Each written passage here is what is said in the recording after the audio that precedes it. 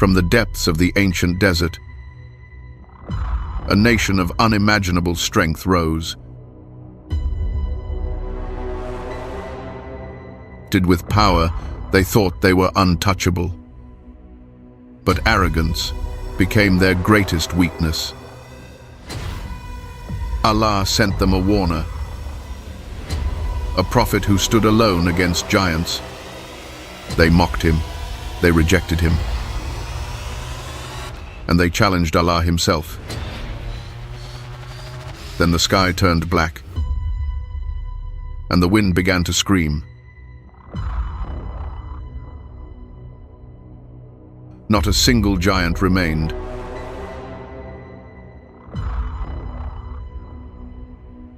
This is not legend.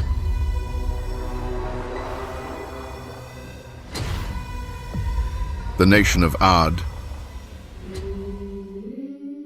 In a land swallowed by time, beneath deserts that stretch farther than the eye can see, there once lived a nation so powerful, so colossal, that even the ruins of their existence were whispered about with trembling awe. Their bodies were enormous, their strength unmatched, their pride towering higher than the pillars they carved into the earth. And yet, despite their might, their story ends not with victory, but with a warning carved by the hand of Allah himself. Before we go deeper into this forgotten chapter of human history, tell me from which country you are watching this, and if you truly love Islam and its stories that strengthen the heart, then join this journey and stay with us. Long before the rise of empires and kingdoms known today, long before the pharaohs etched their names into stone, there existed a mighty tribe called Ad. They lived in a region known as Al-Ahqaf, a vast expanse of dunes in the southern Arabian Peninsula, a land shaped by winds that whispered of secrets buried beneath ages. Ad was not an ordinary people. They were giants among mankind, blessed with physical forms far beyond what people today can imagine. Many scholars of tafsir mention that their bodies were tall, broad, and immensely strong, their lifespans long enough to cultivate a society so advanced and formidable that no tribe around them dared to challenge their authority. They built structures supported by towering pillars, monuments that reached toward the sky as if they were conquering even the heavens. Allah refers to them as Ad Iram, possessors of lofty pillars, a civilization gifted with prosperity beyond measure. Their lands were fertile, their valleys green, their flocks abundant. They mastered architecture, agriculture, trade, and warfare. But with every gift came a test, and Ad failed theirs with devastating arrogance. Instead of gratitude to their creator, they worshipped idols carved by their own hands. They gave their statues names, decorated them, and believed these lifeless stones controlled rain, provision, and destiny. Their immense strength made them believe they were invincible. They would boast that no force on earth or in the sky could overpower them. They walked with the pride of men who thought they could never fall. Among these giants, Allah raised a man whose courage outshone their physical power, a man whose heart remained firm even when surrounded by a nation overflowing with pride. His name was Hud, a prophet chosen from among their own people. He grew up knowing their customs, their strengths, their ways, their arrogance. He was respected for his honesty, his reliability, and his noble character long before prophethood came to him. But the moment he stood before them with the message of Allah, everything changed. Hud reminded them that their power did not come from the idols they carved, nor from their own strength, but from the Lord who created them. He called them to worship Allah alone, to abandon false gods, to abandon pride, and to remember that all strength belongs only to the one who gives and takes. Yet a nation that believed in its own invincibility could not accept such a call. They mocked him openly, calling him foolish, accusing him of being bewitched, and demanding to know why they should follow a man who seemed weaker than them.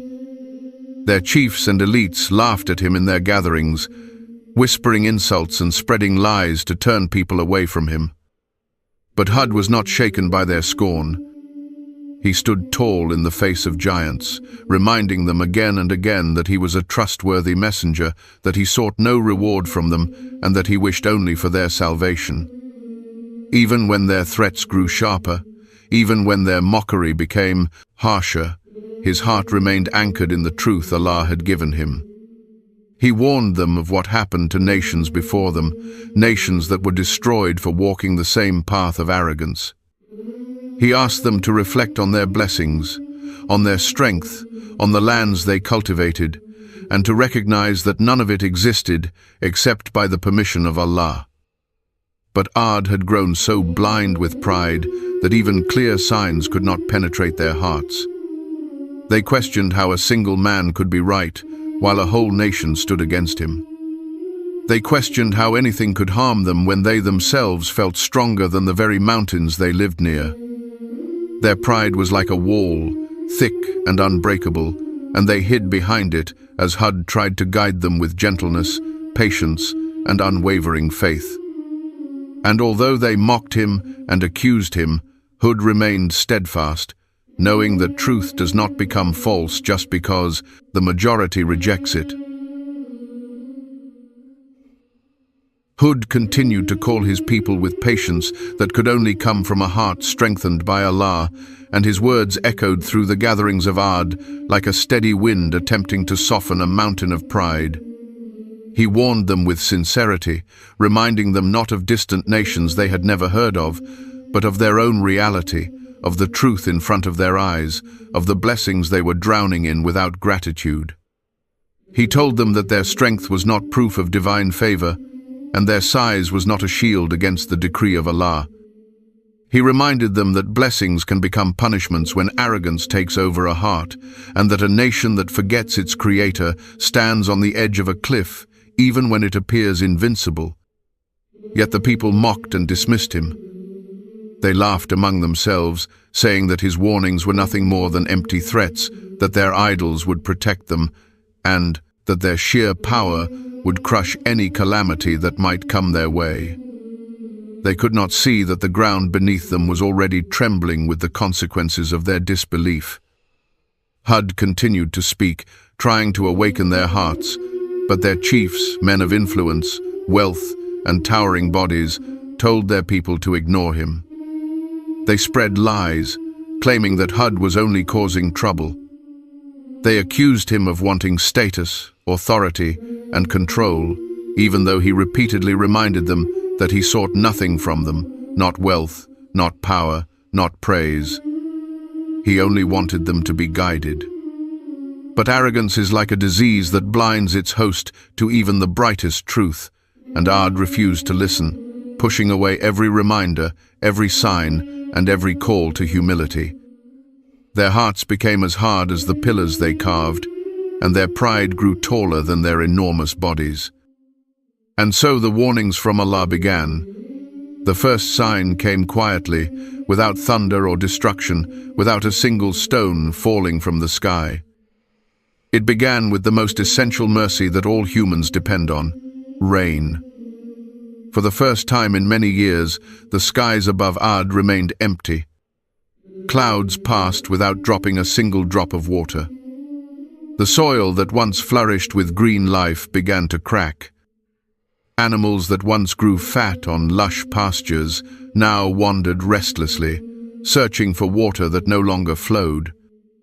The people of Ad watched as their fertile valleys dried up, as their crops shriveled, as the life they took for granted slowly slipped out of their hands.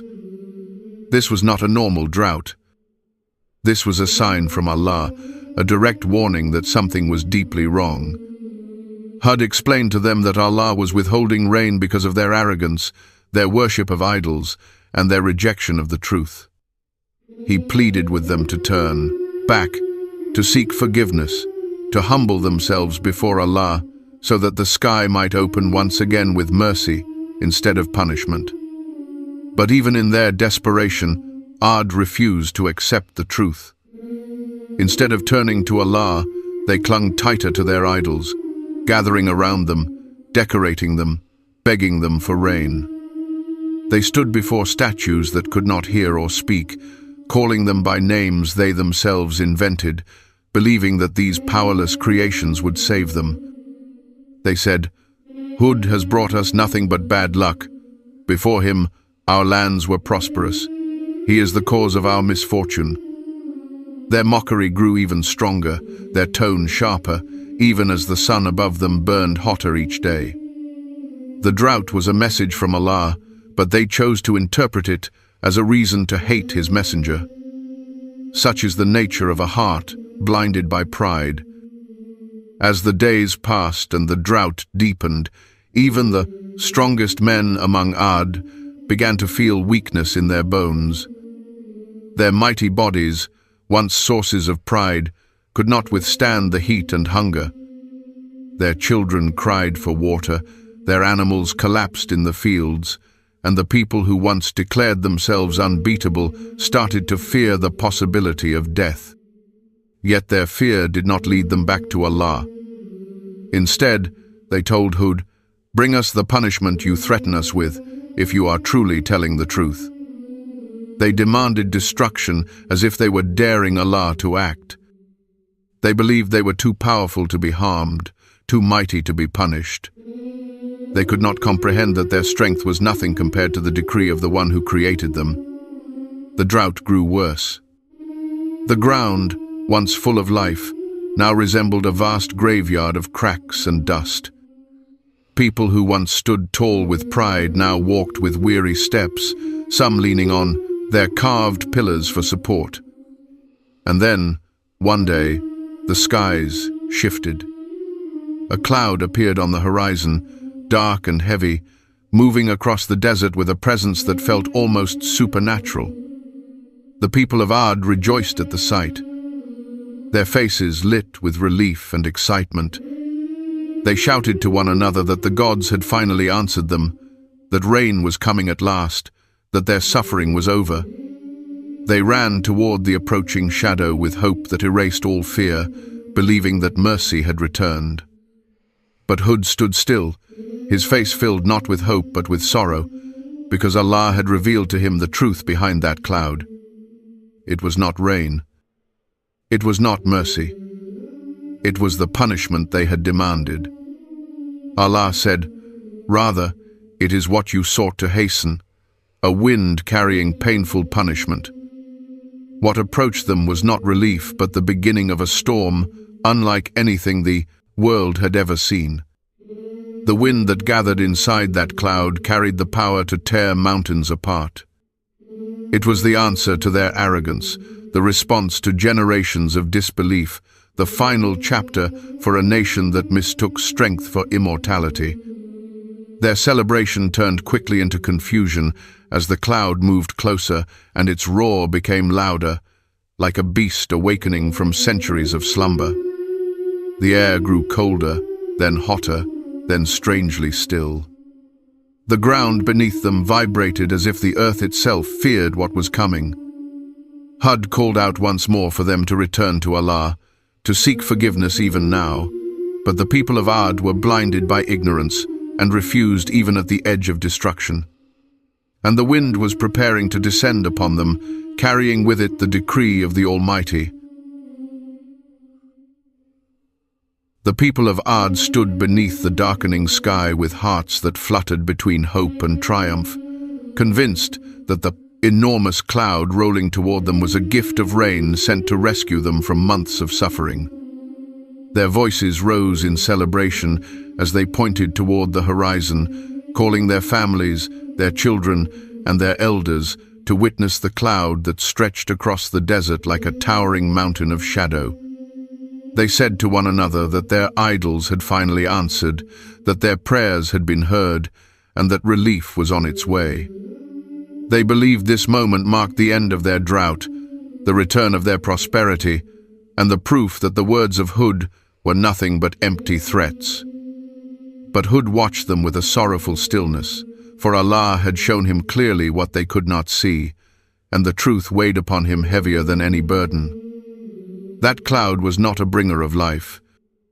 It was a punishment destined to fall upon a nation that had exhausted every last chance Allah had given them. As the cloud approached, it grew darker and larger, swallowing the sunlight and cooling the air with an unnatural chill. The people gathered outside their homes, lifting their hands in joy, laughing, crying, hugging, believing their suffering was finally over. They could not imagine that within that darkness was a force more devastating than anything they had ever known. Hud raised his voice one last time, urging them to see the truth, telling them that this was the punishment they had challenged Allah to bring, the very destruction they mockingly demanded. He warned them that the wind inside that cloud would not bring rain, but pain. It would not give life, but snatch it away with a power no giant body could withstand. But the people of Ad had sealed their hearts long ago. They turned away from him, some laughing, some shaking their heads, some shouting insults, believing he was only trying to frighten them. The first breath of the wind touched the edges of their city like a whisper, cold and sharp. A few of the people paused, confused, because no wind had blown for months, and this wind felt nothing like the cool, refreshing breeze of rainstorms they remembered. It carried a strange weight, as if it was alive, as if it was watching them. Then the whisper became a growl. The cloud overhead churned violently, the winds inside spinning like an unseen beast, awakening from an ancient cage. People looked around, suddenly uneasy, but still hopeful, still unable to understand the danger towering above them. The growl deepened into a roar that shook the air, and the wind surged forward with a sudden burst that sent dust spiraling into the sky. Children screamed. Animals panicked. The strongest men shielded their eyes as sand whipped across the ground. The celebration died. Fear replaced joy. Yet this was only the beginning. What came next was a storm described in the Quran as a furious, screaming wind unleashed upon a nation that had challenged its Lord. It descended on Ad with a force that tore through their lands like a blade of divine judgment. The wind roared with such violence that even mountains seemed to tremble. It ripped through their homes, uprooted their pillars, shattered their monuments, and hurled debris across the desert with terrifying speed. Ad, whose strength had once intimidated all around them, now found themselves powerless against a force that was invisible, unstoppable, and sent by the Creator they had denied. The wind lifted men as if they were weightless feathers, throwing them across the land with a cruelty no human had ever witnessed. Their giant bodies, which once stood as symbols of pride, now spun helplessly in the air, tossed like leaves in a storm. Their cries echoed through the desert as the storm tore through them, without mercy. It lasted 7 nights and 8 days, each moment more destructive than the last. The storm did not weaken. It did not calm. It intensified relentlessly, battering every inch of their land, crushing everything they had built. The Quran describes them as lying across the earth like uprooted palm trunks, their tall bodies broken, their limbs shattered, their pride crushed. The same people who once boasted, "Who is stronger than us?" were now scattered across the desert like straw. Their idols lay shattered, their temples collapsed, their pillars snapped in half, their entire civilization erased as if it had never existed. The mighty Ad, the nation of giants, became a lesson for all of humanity, preserved in the words of Allah but wiped from the face of the earth. The storm's fury echoed across the dunes until nothing remained except silence. When the final dawn broke after 8 days, the winds withdrew suddenly, leaving behind a landscape that no longer resembled anything Ad had known. Their once fertile valleys were buried under layers of sand. Their massive construction, once admired for its grandeur, lay pulverized beneath the weight of Allah's decree. There was no trace of life, no movement, no sound. All that remained was the memory of their arrogance and the severity of their downfall. Hud and the believers who followed him stood far away, protected by Allah, witnessing the aftermath with hearts filled with awe and fear of their Lord's power. They had been saved because they believed, because they listened, because they submitted wholeheartedly to Allah even when surrounded by a nation that ridiculed them. Hud saw the land where he had grown up, now lying destroyed before him, a reminder that no nation, no matter how strong, can overpower the decree of Allah. Every lesson he had tried to teach his people was now carved visibly into the sand. Strength without faith is nothing. Pride without gratitude leads only to ruin. And disbelief, no matter how confident it seems, collapses the moment Allah's command arrives.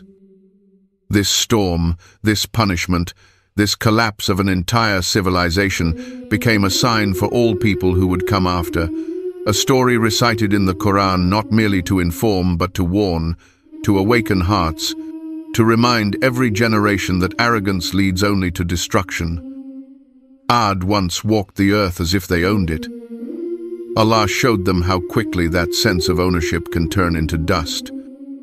The same wind they dismissed became the wind that erased them. And the same warnings they mocked became the very truth that sealed their fate.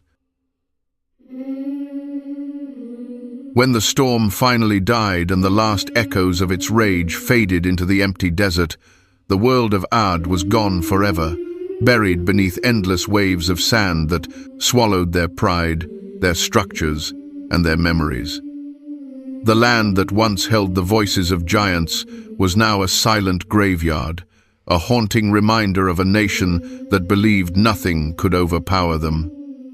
And in that silence, Hud stood with the small group of believers who had followed him, their hearts trembling as they looked upon the remains of a civilization that once seemed unshakable. They watched the wind settle over the ruins, carrying away dust and fragments of shattered pillars, and they understood that they were witnessing not just the end of a people, but the unfolding of a divine promise. Allah saves whom He wills, and destroys whom He wills, and every command He gives is carried out with absolute justice. Hud felt the weight of the moment, knowing that this destruction was not merely a punishment, but a message for every soul that would hear this story until the end of time. He remembered the endless hours he spent, calling his people with kindness and patience, warning them with a heart full of mercy, pleading with them not to walk the path of arrogance that doomed nations before them. He remembered their laughter, their mockery, their insults, their disbelief, the way they stood tall with chests full of pride, claiming they were the strongest creation on earth. And now, all that pride lay scattered beneath the hot desert sun. Their voices were silenced, their strength shattered, their glory erased. Only the truth remained, rising from the ruins like a whisper of warning to all who would come after. Hud and the believers moved slowly across the edge of the devastation, careful not to step into the places where bodies once lay lifeless like palm trunks ripped from the earth.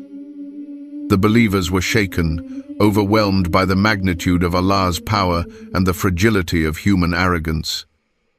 Every grain of sand seemed to carry a reminder that nothing in this world stands forever except the command of Allah. They reflected on how quickly strength can disappear, how swiftly wealth can vanish, how easily a civilization can fall when it turns away from its creator. These were people who once built towering structures, who once walked the earth with confidence, believing no force could overcome them. Now they were gone, and only a prophet and a small band of faithful followers remained. Hud thanked Allah for His protection, for His mercy, for saving them from a fate they did not have the strength to escape alone. He understood that those who submit to Allah may face hardship, ridicule, and resistance, but in the end, they are the ones who find safety, while those who reject the truth are left to face the consequences of their own actions. He reminded his people that faith is not measured by numbers, nor by power, nor by physical strength, but by the sincerity of the faith, heart, and the willingness to obey Allah, even when the world stands against you. Their survival was not an accident, not coincidence, not luck. It was a deliberate mercy from Allah, given only to those who trust Him fully. With the ruins of Ad behind them, Hud guided his people away from the cursed land, leading them to a new region where they could rebuild their lives upon the foundation of faith and gratitude. They carried with them the lessons carved into their memories, lessons they passed to their children and grandchildren, ensuring the story of Ad would never be forgotten. Generations later, tribes and travelers would pass by the vast desert where Ad once lived and hear the warnings of Hud, repeated by those who survived. They would hear how a mighty people fell, how giants crumbled, how a powerful civilization vanished because they chose pride over submission. And these lessons spread far beyond that region, becoming a part of the divine revelation itself. The Quran preserved the story of Ad so that hearts would not grow blind, so that people would not repeat the same mistakes, so that nations would remember the danger of arrogance. Allah told us about Ad not as a tale of ancient history, but as a living reminder that applies to every generation, every society, every human who begins to believe that strength and success come from themselves alone. In their rise, we see the seduction of power. In their arrogance, we see the deception of pride. In their destruction, we see the consequences of ignoring the truth. And in the survival of Hud and his followers, we see the reward of patience, faith, and obedience. Hud spent the remainder of his life teaching, guiding, and reminding his people of the signs they had witnessed. He told them that Allah is not unjust, that He does not destroy anyone without warning, without mercy, without endless chances to return. Ad was destroyed not because they were strong, but because they refused to bow before the one who created their strength. They were buried not because they were giants, but because they allowed their size to blind them to the reality of their dependence on Allah. And Hud ensured that no one who heard his story would ever forget this truth. Arrogance is the root of downfall, and humility is the path to salvation. As Hud grew older, he looked upon his people with a heart full of gratitude, knowing that Allah had saved them from a fate they could never have escaped on their own. He saw children growing up with faith as their foundation, families worshipping Allah together, people living with gratitude instead of pride. And he knew that this was the true victory, not the survival of a body, not the strength of a civilization, but the strengthening of hearts that recognize the greatness of Allah. The story of Ad became one of the greatest warnings in human history, a story recited by prophets, remembered by scholars, and written in the eternal words of the Quran. Today, when we read their story, we are not reading about strangers. We are reading about ourselves, about our societies, our tendencies, our weaknesses, and our dangers. Every generation that grows arrogant is reflected in Ad. Every heart that becomes blind to gratitude is reflected in Ad. Every nation that believes it cannot fall is reflected in Ad. And every believer who remains patient and faithful in the face of mockery is reflected in Hud. Their story is eternal because the lessons inside it are eternal. The ruins are gone, buried under countless layers of sand, but the warning remains alive in the words of Allah. Ad is gone, but their arrogance survives in anyone who rejects humility. And the mercy shown to Hud survives in every believer who trusts in Allah no matter how overwhelming the world around them seems.